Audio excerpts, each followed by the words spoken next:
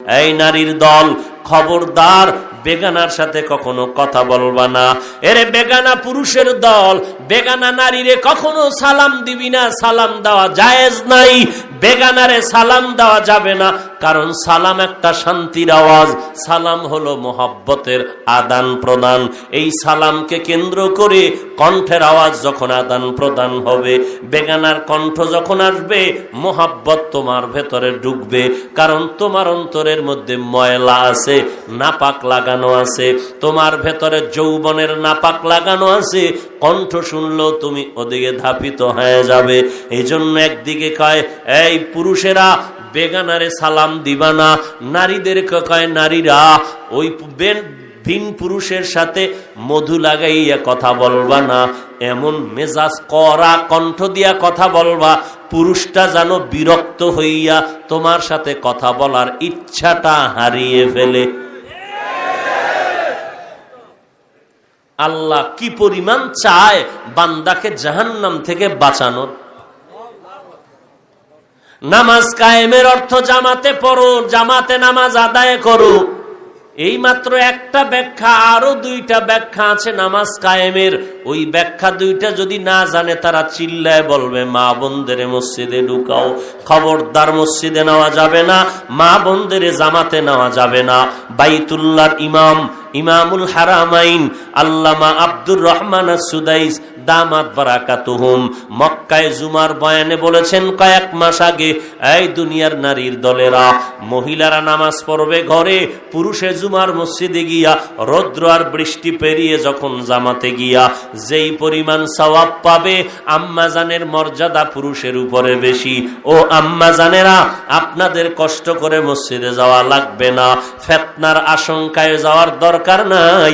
ও আম্মাজান, আপনি ঘরের মধ্যে থাকিয়া নামাজ আদায় করবেন। ঘরের মধ্যেই নারীর নিরাপত্তা নাই, আবার হ্যাঁ গেলে কি হইব? এটা নোয়াখালীকে বুঝাইতে আবার ইন্ডিয়ান নতুন বয়ান লাগবো? ঘরের মধ্যে ঢুইকা যদি নারীরে ইজ্জত নষ্ট করে, এই নারীরে রাস্তায় নামাইলে কি পরিমাণ ইজ্জত রক্ষা হবে? এই কথা যারা বুঝো না, তোমরা বোকার স্বর্গের বাদশাহ। এরে নবীর উম্মত, এজন্য নামাজ কায়েমের আর এক ব্যাখ্যা হলো সময় মতো নামাজ পড়ো। ও আম্মা, সময় মতো নামাজ পড়লেও নামাজ কায়েম হয়ে যাবে। নামাজ কায়েমের আর একটা ব্যাখ্যা হলো, ও আম্মা জানেরা, নামাজটা পড়ো পুরুষেরা খুশু খুজুর সাথে নামাজ পড়ো, আল্লাহর ভয় নিয়ে নামাজ পড়ো, আল্লাহর মোহাব্বত নিয়ে তুমি অঙ্গ প্রত্যঙ্গ নাড়াচাড়া করো। কাশি আসে না, হুদা একটা কাশি দিল। চুলকানি আসে না, হুদা চুলকায়। এই যে নামাজ, এ সমস্ত নামাজীদের জন্য আল্লাহ কোরআনে কি বলেছেন? ফাওয়াইলুল লিল মুসাল্লিন। ওই নামাজীর জন্য ওয়াইল নামক জাহান্নাম, ওয়াইল নামক জাহান্নাম ওই নামাজীর জন্য। যেই নামাজি নামাজটা নিয়ে মস্কারি করে, তামাশা করে, হাসি ঠাট্টা করে, রুকুটা যেই রকম দেওয়া দরকার ওই রকম দেয় না, সিজদা যেইভাবে দেওয়া দরকার ওইভাবে দেয় না, রুকুর থেকে সোজা হইয়া ঠিক মতো দাঁড়ানো দরকার দাঁড়ায় না, সিজদার মাঝখানে বসা দরকার বসে না, আল্লাহু আকবার বলিয়া সূরা ফাতিহাটা সুন্দর করে পড়া দরকার পড়ে না। নামাজটা পড়ে দায় সারা মানুষকে দেখানোর জন্য। আল্লাহ বলেন ফাওয়াইলুল লিল মুসাল্লিন, এমন নামাজীর জন্য ওয়াইল নামক জাহান্নাম। মুত্তাকিনদের 6 গুণের 2 নাম্বার গুণ নামাজ কায়েম করো, নামাজের মতো নামাজ আদায় করো। এই নামাজটা তোমাকে জান্নাতের পথে নিয়ে যাবে। 5 ওয়াক্ত নামাজ আদায় করে রে গোলাম, কারণ অন্ধকার কবরে যখন সবাইকে রেখে চলে যাবে, ডানে বামে আর কেউ থাকবে না। ওই কবরে যাওয়ার পর তুমি একা হয়ে যাবে, আমিও একা হয়ে যাব। আমি বক্তা ছিলাম নাকি শ্রোতা ছিলাম, সাদা কাপনের প্যাকেটে ঢুকলে কিন্তু পরিচয় থাকবে না। সাদা কাপনের প্যাকেটে ঢুকার পরে কে বাবা, কে ছেলে, কে সন্তান, কে মা, কে ভাই, কে পীর, কে মুরিদ, কে শিক্ষক কে ছাত্র কোনো ভেদাভেদ নাই, কবরের হালাতও এক, কাফনের কালারও এক। শিক্ষকের কালার একরকম, ছাত্রের কালার আর এক রকম, কোনো সিস্টেম নাই।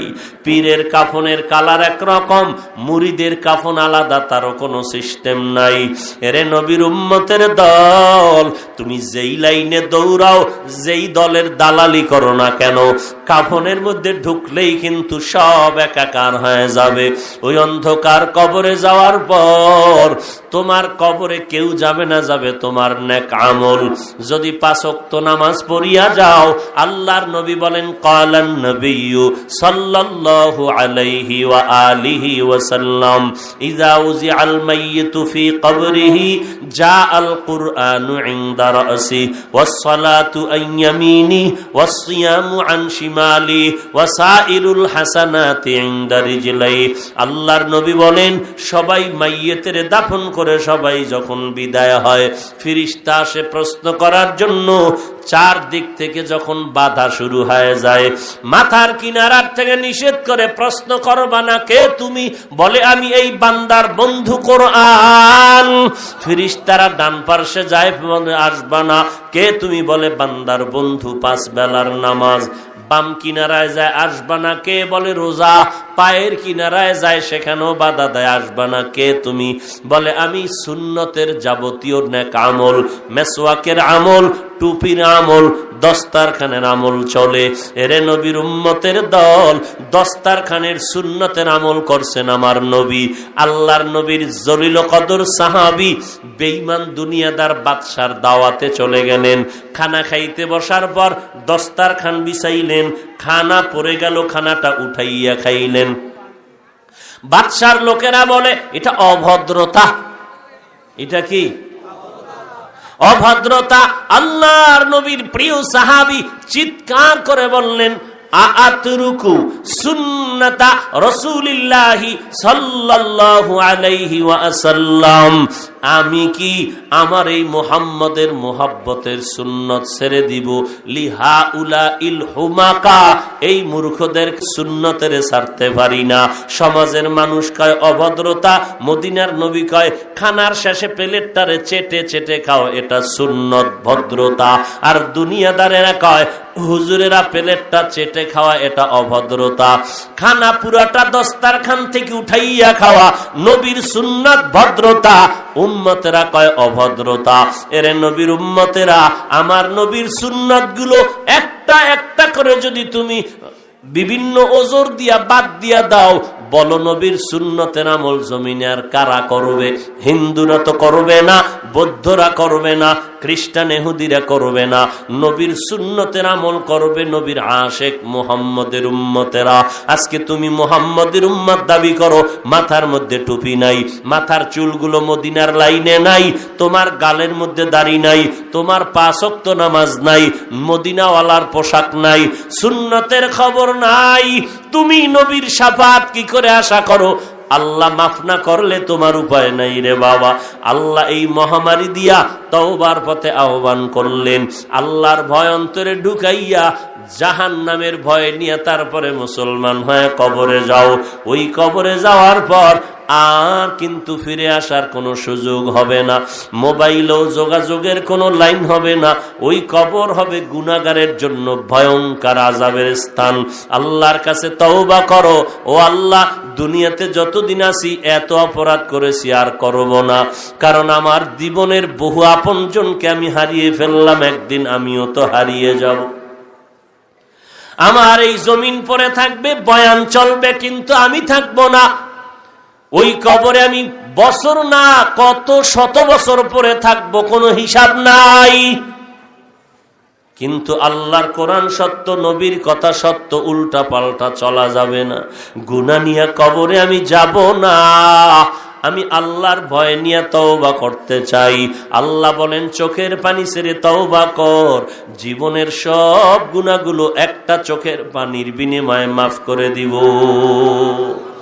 আল্লাহর দরবারে তওবা করো, আর নামাজ ছাড়বো না, বেপরদায় চলবো না। ও আল্লাহ, তোমার আযাবের ভয় অন্তরে ঢুকায়া দাও, আর কোনোদিন আমি গুনাহের কাছেও যাব না, বেয়াদবি করব না, মা বাবার সাথে, মুরব্বীদের সাথে, ওলামায়ে কেরামের সাথে আমি আর কোনোদিন বেয়াদবি করব না, আর কোনোদিন নামাজ বন্ধ করব না, নবীর সুন্নত নিয়ে আমি তামাশার ঠাট্টা করব না।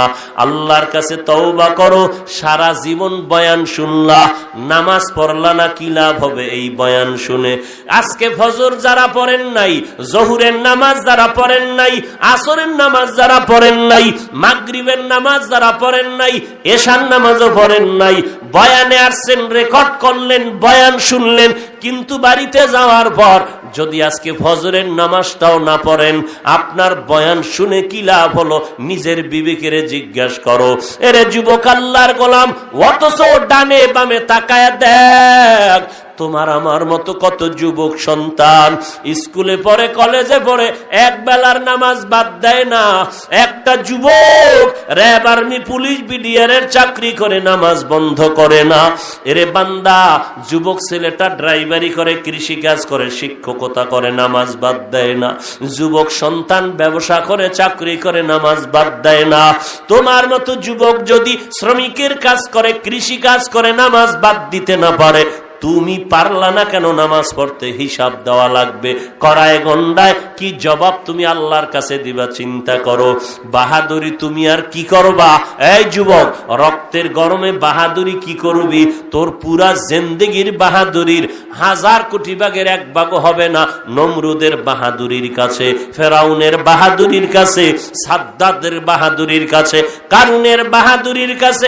তোর বাহাদুরির তো কোনো টাইমই নাই। ও সমস্ত বেঈমান গুলোকে আল্লাহ কিভাবে ধ্বংস করেছেন। ফেরাউন নামের একটা মানুষ দুনিয়াতে কোথাও নাই, নাম শুনলে মানুষ ঘৃণা করে। অথচ টাকারও অভাব ছিল না, ক্ষমতারও অভাব ছিল না। কি লাভ হলো ওই ক্ষমতায়, কি লাভ হলো ওই টাকা পয়সায়, যে আজকে তার নামটা দুনিয়ার মানুষ শুনতে চায় না। কাউকে যদি বলেন 1 লাখ টাকা দিব, তোর সন্তানের নামটা ফেরাউন রাখ, রাখবে কেউ? রাখবে? তাহলে ওই টাকার মাস্তানি করে কি লাভ হবে? ক্ষমতার বাহাদুরি করে কি লাভ হবে? রক্তের গরম দেখাইয়া কি লাভ হবে? যদি তোমার এই গরমটা আমার আল্লাহ পছন্দ না করে, রক্তের গরম দেখায় কি হবে? যদি রক্তের গরমটা আল্লাহর জন্য দেখাইতে না পারো, নামাজ যদি পড়তে না পারো, আল্লাহর নবী বলেন সহিহ হাদিস, বেঈমান আর মুমিনের মধ্যে ব্যবধান হলো নামাজ। বেঈমানেরা নামাজ পড়ে না, মুমিনেরা নামাজ ছাড়তে পারে না।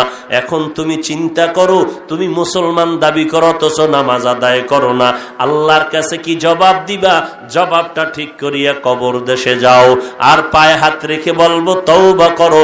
আল্লাহ তো অনেক রহমান, অনেক বড় দয়াময়, পাহাড় পরিমাণও যদি গুনাহ করে ক্ষমা চাও।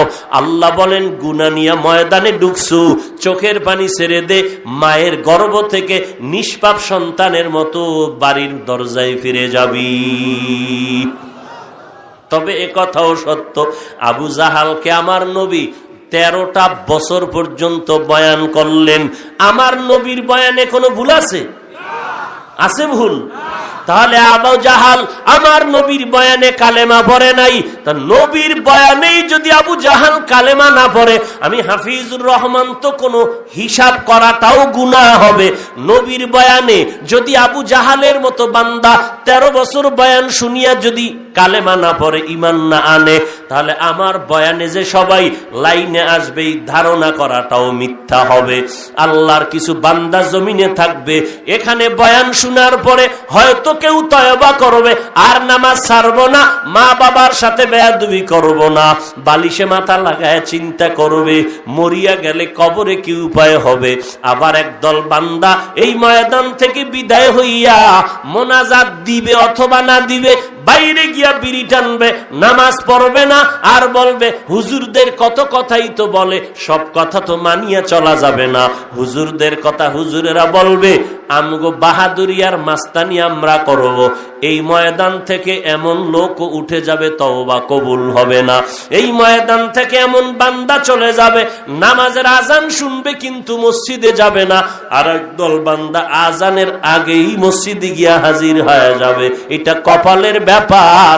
আল্লাহ কবুল করলে হেদায়াত পাবে, না হয় হেদায়াত পাবে না।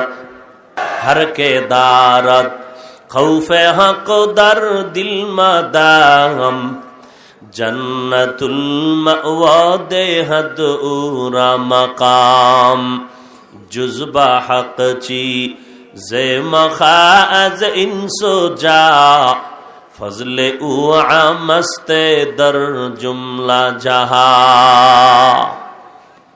মদিনার জমিনে আল্লাহর একজন খাঁটি বান্দা, নবীজির চূড়ান্ত একজন আশিক ইমাম মালিক রহমাতুল্লাহ আলাইহি মদিনার জমিন থেকে তিনি কোথাও যান না, নবীর মোহাব্বতে মদিনার পাশেই ঘুরেন। আর হাঁটা চলার মধ্যে ইমাম মালিক কখনো জুতা পরিধান করে হাঁটেন না, কারণ মদিনার জমিনটা আমার মায়ার নবীর পবিত্র জমিন। আমি জুতা পরিধান করে হাঁটলে না জানি বেয়াদবি হয়ে যায়। এইটা হলো তাকওয়া। আল্লাহ বলেন তাকওয়াওয়ালার দাম আমি আল্লাহর দরবারে অনেক বেশি। বলে কেমন বেশি? উলাইকা আলা হুদাম মির রাব্বিহিম, তারাই হলো হেদায়েত প্রাপ্ত। ওয়া উলাইকা হুমুল মুফলিহুন, এই বান্দাগুলো আমি আল্লাহর সফলতার দরওয়াজা দিয়া জান্নাতের মেহমানখানায় চলে যাবে। আল্লাহ পাক বলেন আমি কোরআন অবতীর্ণ করলাম, যারা আমাকে ভয় করবে তাদেরকে জান্নাতের পথ দেখাবে। জান্নাতের পথ দেখাইলেই বান্দা জান্নাতের সঠিক রাস্তায় চলতে পারবে। এর নাম হলো তাকওয়া। তাকওয়া মানে আল্লাহর ভয়। যিনি আল্লাহকে ভয় করবেন তার নাম হলো মুত্তাকি। আল্লাহ পাক বলেন কার মধ্যে আল্লাহর ভয় আছে, কার মধ্যে আল্লাহর ভয় নাই, তার গুনাহগুণ হলো 6টা।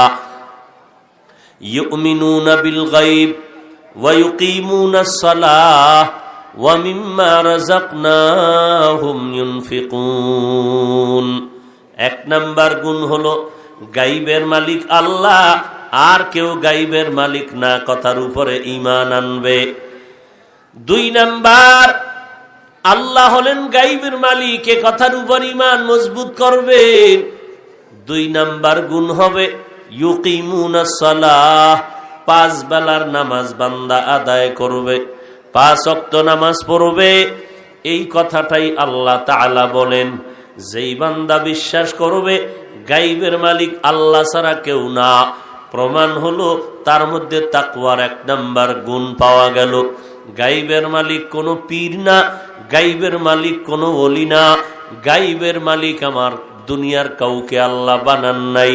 আল্লাহ পাক বলেন নবী দুনিয়ার উম্মতেরে জানায়া দেন, কুল লা ইয়ালামু মান ফিস সামাওয়াতি ওয়াল আরদ লা ইয়ালামু মান ফিস সামাওয়াতি ওয়াল আরদিল গায়বা ইল্লাল্লাহ। আসমানের বাসিন্দারা কেউ গায়ব জানে না, জমিনের বাসিন্দারা কেউ গায়ব জানে না, ইল্লাল্লাহ, একমাত্র গায়বের মালিক হলেন আমার আল্লাহ। তাকওয়াওয়ালাদের জন্য 1 নাম্বার গুণ। 2 নাম্বার গুণ হলো ওয়া ইউকিমুনাস সালাহ, নামাজ কায়েম করবে। কি করবে? নামাজ কায়েম করবে। আল্লাহ বলেন নামাজ কায়েম করবা। কত ওয়াক্ত নামাজ কায়েম করবে? ও বান্দা কত ওয়াক্ত নামাজ কায়েম করবে? 5 ওয়াক্ত নামাজ সপ্তাহে 1 বার, তাহলে প্রতিদিন 5 বার 5 ওয়াক্ত নামাজ আদায় করো। আল্লাহ বলেন উম্মতেরে জানায় দেন 5 বেলার নামাজ যারা পড়বে আমি আল্লাহ খুশি হইয়া তার আমল নামায় 50 ওয়াক্ত নামাজের সওয়াব দিয়ে দিব। আপনার উম্মতেরে জানায় দেন এশার নামাজ যদি জামাতে পড়ে ঘুমায়, আবার যদি ফজরের নামাজ জামাতে উঠে আদায় করতে পারে, আমি আল্লাহ ঘুমের অবস্থা সময়টাকে নেকের পাল্লায় ওজন দিয়ে দিব। মকুন সুসতি নামাজে পাঞ্জগানা ফাওয়াইলুল লিল মুসাল্লিনাল্লাযীনা মুমিনারা ইনামাজ ইমদাদ দা ইস্তাঈনু আয়াতে কুরআন বাখা। 5 ওয়াক্ত নামাজ পড়ো রে বান্দা, আল্লাহ বলেন নামাজ কায়েম করো। কেমনে কায়েম করো বা তার 1 নাম্বার ব্যাখ্যা হলো নামাজটা তুমি সময় মতো আদায় করে নাও, 1 নাম্বার ব্যাখ্যা হলো। 2 নাম্বার ব্যাখ্যা বান্দা তুমি জামায়াতের সাথে নামাজ আদায় করো, এও হলো নামাজ কায়েম করা। জামাতের সাথে নামাজ আদায় করো, নামাজটার ভেতরে খুশু খুজুর সাথে তুমি নামাজ আদায় করো, বা জামাত নামাজ পড়ো। জামাত সারা নামাজ পড়বা না। মুফতিয়ানে কেরাম ফিকহার কিতাবের মধ্যে লেখেন আল জামাআতু সুন্নাতুন মুআক্কাদাতুন লা ইয়াতরুকুহা ইল্লাল মুনাফিকুন। জামাতে নামাজ পড়া অবশ্য কর্তব্য, সুন্নতে মুআক্কাদা। মুনাফিক ব্যতীত জামাত তরক করতে পারে না। জামাতে নামাজ আদায় করো, এই হলো কায়েমের অর্থ, বা জামাত নামাজ পড়ো। ওয়ারকাউ মা'আর রাকিঈন, জামাতের সাথে যদি নামাজ আদায় করেন, এই যদি হয় নামাজ কায়েমের ব্যাখ্যা। ব্যাখ্যা কিন্তু একটা না, কায়েম করার এটা একটা ব্যাখ্যা হলো সময়, নামাজটা জামাতের সাথে আদায় করো। আর 2টা ব্যাখ্যা আছে কায়েম করার। ওই 2 ব্যাখ্যা না জানলেই উম্মতের মাঝে কিন্তু পেচ লাগা শুরু হয়ে যাবে। বলে জামাত ছাড়া নামাজ কায়েম হবে না। আল্লাহ তো নামাজ কায়েমের কথা বলছেন, আল্লাহ তো নামাজ পড়তে বলেন নাই। তো নামাজ কায়েম করলে যদি জামাতে পড়া লাগে, আম্মা জানেরাও মসজিদে ঢুকিয়া যাও, আম্মা জানেরা জামাতে শরীক হও। না না, আম্মা জানদেরকে সমাজের মধ্যে কেন চলতে নিষেধ, পর্দা কেন করতে বললেন? এর একমাত্র কারণ উম্মতের জাহান্নাম থেকে বাঁচানোর জন্য। কারণ এই ফিতনা, নারীদের ফিতনা থেকে যেন উম্মতেরা বেঁচে থাকতে পারে। কারণ নারীর চেহারা যেমন আকর্ষণ, নারীর কণ্ঠের আওয়াজটাও তেমন আকর্ষিত আওয়াজ। অতএব নারীর বডি ঢেকে রাখা যেমন ফরজ, তাদের আওয়াজটাকেও কন্ট্রোল করে রাখা ফরজ। আল্লাহর কাছে তৌফিক চাও, হে আল্লাহ আপ থেকে তওবা করে নিলাম, আর অন্যায় করব না, নামাজ ছাড়ব না। আল্লাহ তুমি আমাদের মাফ করে দাও। 5 ওয়াক্ত নামাজ বা জামাত আদায়ের তৌফিক দাও, মা বাবার খেদমত করার তৌফিক দাও, গুনাহমুক্ত জিন্দেগি দান করো। এই জবান, এই চোখ, এই হাত থেকে যেন কোনো গুনাহ প্রকাশ না পায়। আমাদের তওবার উপরে মজবুত হয়ে চলার তৌফিক দান করেন, আমিন। রব্বানা যালামনা আনফুসানা ওয়া ইল্লাম তাগফির লানা ওয়া তারহামনা লানাকুনান্না মিনাল খাসিরিন। ও দয়ার মালিক, কুদরতের নজর দিয়া তাকায় দেখেন, আপনার বান্দারা এই ময়দানে হাজির হয়ে গেছে। দীর্ঘ সময় পর্যন্ত ধৈর্য ধারণ করে উলামায়ে কেরামের বয়ান শুনেছেন। আয় আল্লাহ, কাউকে খালি ফিরাইয়া দিয়েন না। হেদায়েতের নূর সবার সিনায় দান করেন আল্লাহ। 5 ওয়াক্ত নামাজি বানায় দেন। আয় আল্লাহ, উলামায়ে কেরামদের কবুল করে নেন, মুরব্বিদের কবুল করে নেন, আমার কলিজার টুকরা যুবকদের কবুল করে নেন, ছাত্র ভাইদের কবুল করে নেন, মা বোনদের পর্দানিশী বানায় দেন। আয় আল্লাহ, সারা দুনিয়ার মানুষকে মহামারীর থেকে মুক্তি দান করেন। বাংলাদেশ আয় আল্লাহ মুক্তির দেশ বানায় দেন। সরকার বাহাদুর, জনগণের প্রতিনিধি যারা হয়েছে, আয় আল্লাহ প্রশাসনিক ভাবে যারা কাজ করে সবাইকে দিনদার বানায় দেন। আয় আল্লাহ সমস্ত মাদ্রাসা মসজিদ কবুল করে নেন। অন্যান্য শিক্ষা প্রতিষ্ঠানগুলো নবীর আদর্শওয়ালা বানায় দেন। আমাদের মধ্য থেকে রিয়া, হাসাদ, কিবির দূর করে ইখলাস দান করেন। আমাদের মুরব্বী যারা কবরে জান্নাতের বাগান